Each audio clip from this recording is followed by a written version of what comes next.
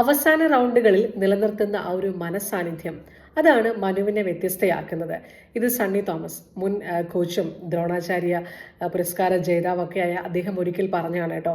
മാത്രമല്ല, ഒരു ഇന്റർവ്യൂവിൽ മനു ഭാക്കർ പറഞ്ഞിട്ടുണ്ടായിരുന്നു, എല്ലാം സംഭവിച്ചു പോവുകയാണ്, ഞാൻ ഒന്നിനെക്കുറിച്ചും ചിന്തിക്കാറില്ല എന്നുള്ള കാര്യം. എന്തായാലും ഇന്ന് സംഭവിച്ച കാര്യം ചരിത്ര താളുകളിൽ രേഖപ്പെടുത്തുകയാണ്.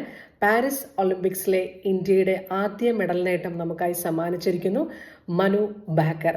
തീർച്ചയായിട്ടും ഒരു വലിയ അഭിമാനകരമായ നേട്ടമല്ലേ. അത് മാത്രമല്ല, ഷൂട്ടിങ്ങിൽ ഈ ഒരു നേട്ടത്തിലേക്ക് എത്തുന്ന ആദ്യ വനിതാ താരം കൂടിയാണ് മനു ഭാക്കർ.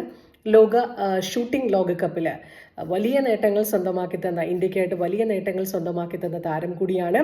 ടോക്കിയോ ഒളിമ്പിക്സിൽ മനു ഭാക്കറിന് അന്ന് മത്സരിക്കാൻ പറ്റിയില്ല. പിസ്റ്റളിന് കുറച്ചൊരു സാങ്കേതിക തകരാറൊക്കെ ഉള്ളതുകൊണ്ട് അന്ന് മത്സരിക്കാൻ പറ്റിയില്ല. പക്ഷേ ടോക്കിയോയിലെ ആ ഒരു സങ്കടം പാരീസിൽ തീർത്തു.